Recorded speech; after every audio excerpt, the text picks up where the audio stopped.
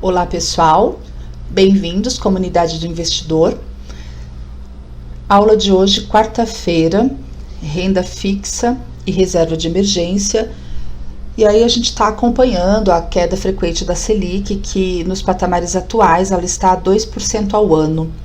Dentro desse cenário econômico, um dos questionamentos, uma das demandas que surgiram em nosso grupo no Telegram, é se com a taxa Selic 2% ao ano agora, se vale a pena negociar a taxa de financiamento. E aí, nós vamos hoje ter uma aula embasada nesse questionamento, nessa dúvida que surgiu do pessoal.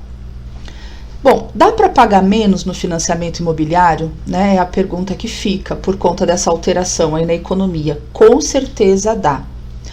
Ou para diminuir as taxas do seu financiamento e permanecer no mesmo banco, no próprio banco que ele está, ou então fazer uma portabilidade para um outro banco. Hoje a gente vai trazer um guia prático para vocês, com informações importantes para que vocês tenham os argumentos corretos para poder ir lá encarar o gerente do banco ou ligar, se for o caso, e realmente renegociar o seu financiamento.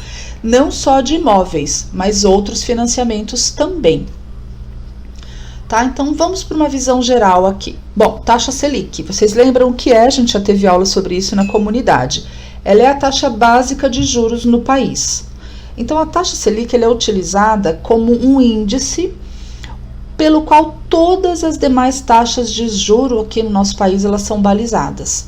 Então ela é um instrumento aqui da política monetária da nossa economia, utilizada pelo Copom para controlar os juros do país. Tá? Então, ela é a taxa básica de juros e é através dela que todas as demais taxas são balizadas. E aí, qual é a atenção aqui? Claro, se a taxa básica de juros caiu, faz todo o sentido do mundo que a taxa do seu financiamento também diminua. Só para vocês terem uma ideia, a gente não precisa voltar muito tempo atrás. Em 2017, a gente está falando somente de 3 anos, a Selic estava 12,25% ao ano. Hoje, 3 anos depois apenas, ela está em 2%.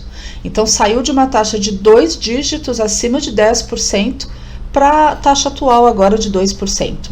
Só que é claro que o banco, lá onde você tem o seu financiamento, vai ficar quietinho onde ele está e não vai mexer com isso. Para ele é interessante que permaneça do jeito que foi contratado e que você nunca tenha visão e ciência disso que a gente está conversando aqui, que você não ligue dizendo que quer alterar. Vamos lá então, renegociando o seu financiamento. A gente vai passar aqui algumas informações importantes aí através desse guia prático. A primeira coisa que você precisa saber é o valor que você tem financiado no seu imóvel ou no seu carro. Eu vou me ater aqui no exemplo a um financiamento imobiliário, mas lembrem-se que vocês podem aplicar a mesma regra, o mesmo conceito, a mesma linha de raciocínio para outros financiamentos. Eu até vou fazer um reforço sobre isso logo mais. Então, você precisa saber o valor que você tem financiado e a taxa de juros que você contratou. Eu preciso saber qual é o meu valor e qual é a taxa de juros que eu tenho. Porque a renegociação vai depender disso. Você precisa dessas informações e elas estão lá no seu contrato.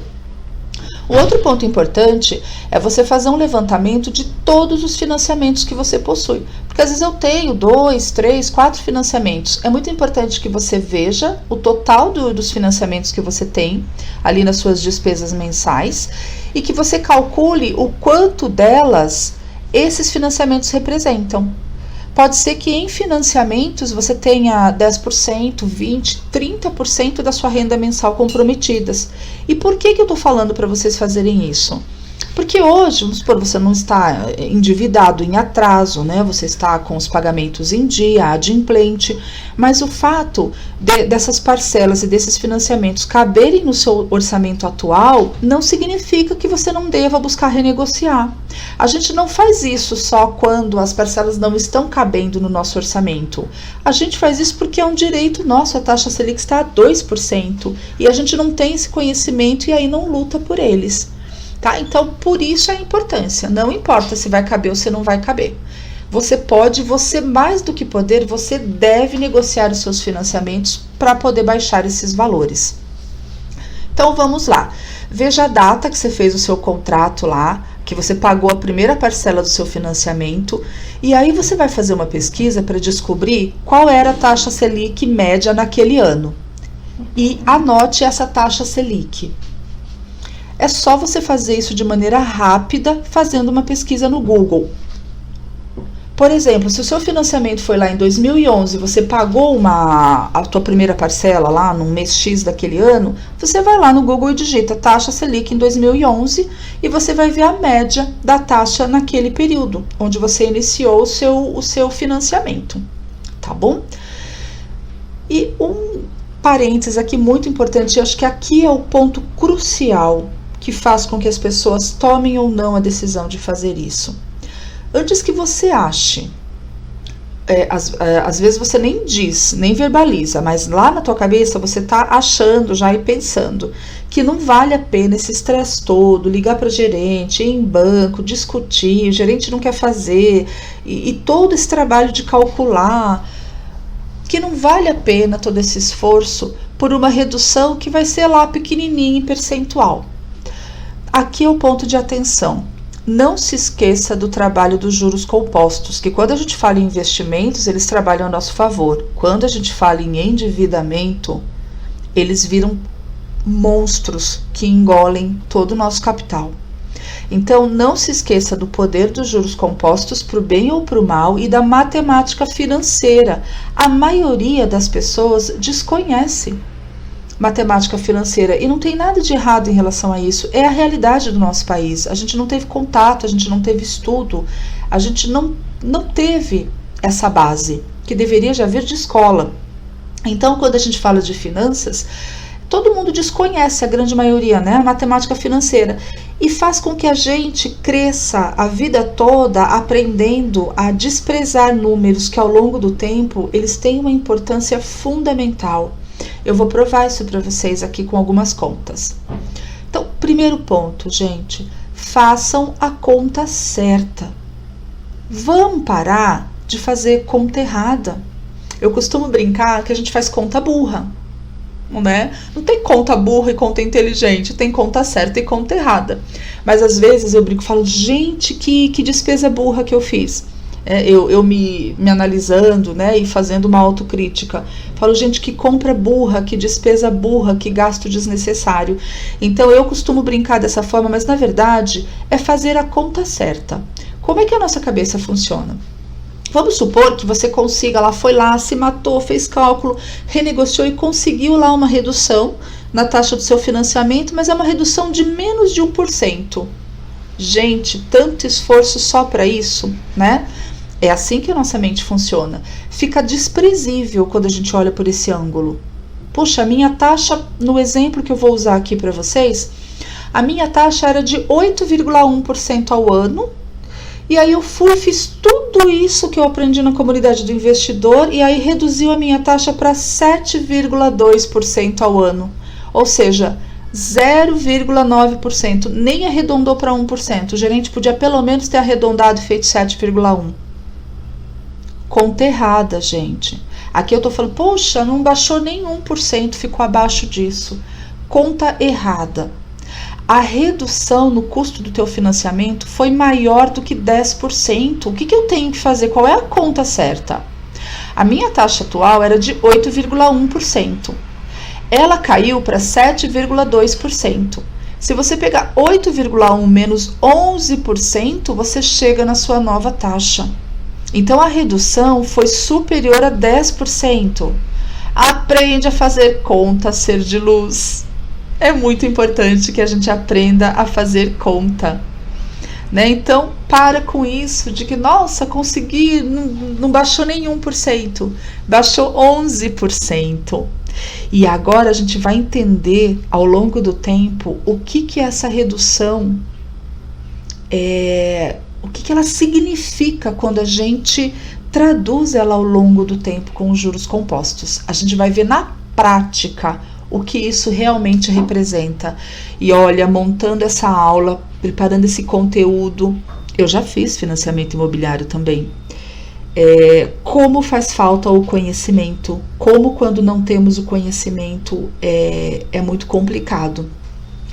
Aqui eu usei a calculadora do cidadão, já tem aula específica de como utilizar, ferramenta gratuita disponível a um clique de você.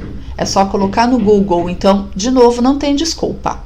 Eu usei lá a calculadora do cidadão para fazer uma simulação.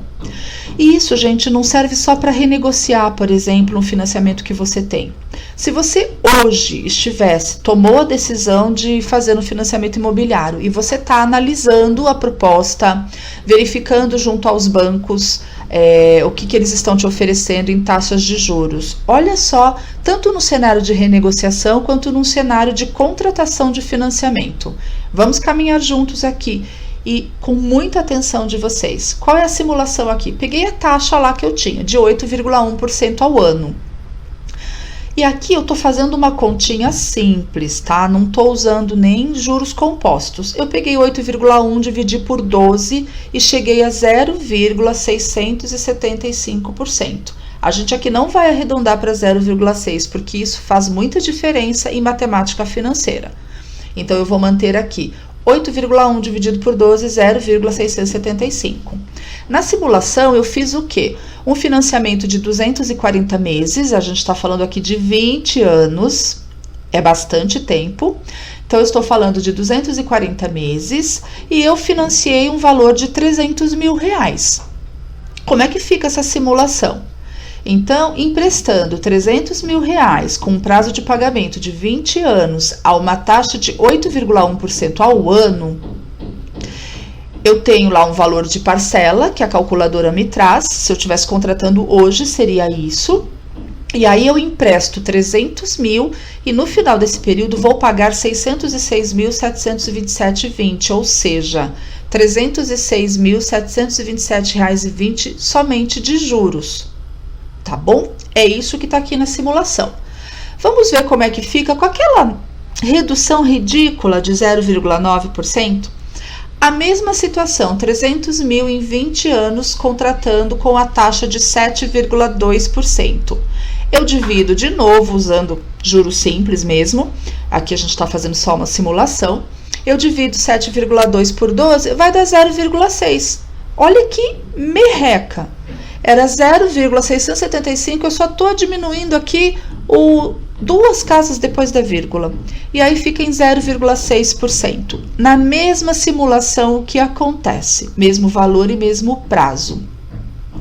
Eu teria um custo total de R$ 266.892 somente de juros. Eu empresto 300 e vou devolver no final do período 566.892. Sem que vocês precisem fazer conta, porque eu sou boa e já fiz para vocês. Olha só. Aquela merrequinha que a gente falou que nem ia valer a pena aquele estresse todo, só de 0,9% ao ano, né? Que não valia aquele esforço, aquele estresse, vai dar uma economia total neste financiamento imobiliário de R$ 39.835,20.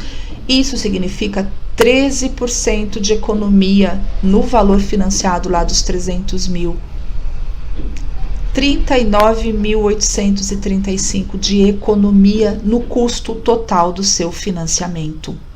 A merrequinha de 0,9% de diferença. E tem um outro ponto que eu quero chamar a atenção de vocês. O valor da parcela, utilizando a taxa a 8,1% ao ano, ficaria em 2.528,03. A parcela, utilizando a taxa de 7,2, ficaria em 2.362,05. Ou seja, além de eu ter uma economia no custo total do financiamento, eu tenho também um valor de parcela menor.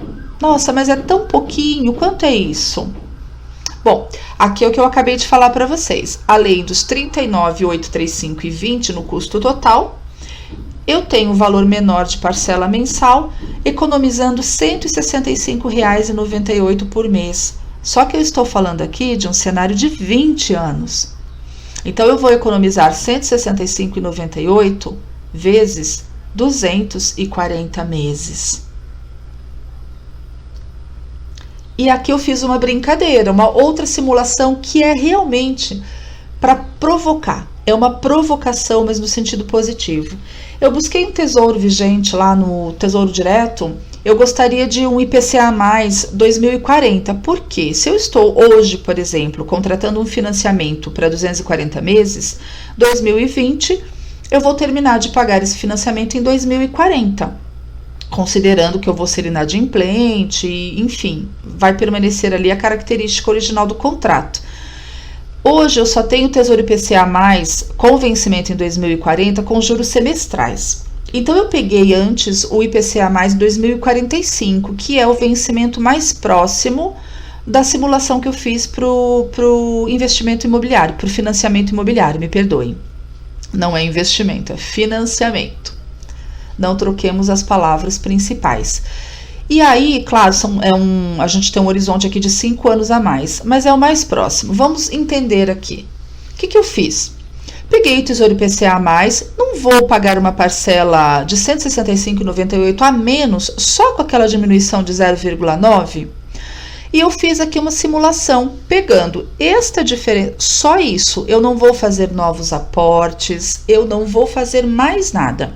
Eu só vou disciplinadamente pegar o valor de R$ 165,98 que sobra da parcela com a economia que eu fiz na taxa e vou passar a aplicar no Tesouro Direto. Pelo mesmo prazo, aqui está aproximado, a gente tem 5 anos a mais. O que vai acontecer com isso? Quando eu terminar de pagar o meu investimento, agora eu vou ficar repetindo a palavra errada, né, gente? Perdão. Quando eu terminar de pagar o meu financiamento imobiliário, é que eu estou aqui com o foco no investimento no Tesouro IPCA agora. Quanto que eu vou ter somado somente com essa diferença da parcela? Eu vou ter investido, com aqueles aportes mensais da diferença, R$ 49.296,06. Com o trabalho dos juros compostos por 25 anos, já descontando imposto de renda, taxa da B3, enfim, líquido, você terá, só com aplicando esta pequena diferença mensal, R$ 113.356,17 no final do período do seu investimento, na verdade 5 anos depois.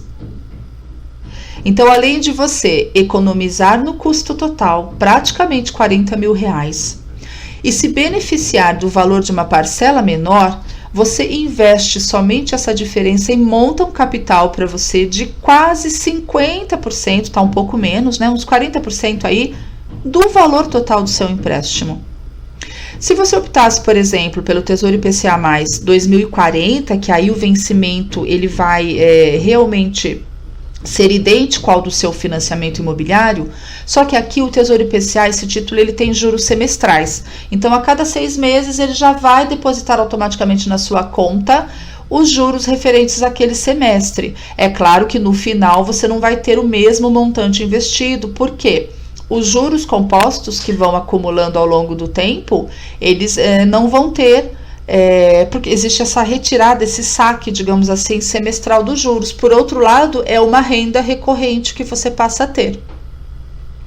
Só para a gente comparar em termos também de prazos, né, que aqui eu tenho o ano de 2040, eu vou ter, aí eu faço um investimento por menos de 5 anos, né, lá na primeira opção eu faria um investimento até 2045, por isso que eu tenho o valor investido total de 49 mil, já que onde o vencimento é em 2040, eu vou investir um total de 39.835,20, os mesmos 165,98, tá? É só uma simulação.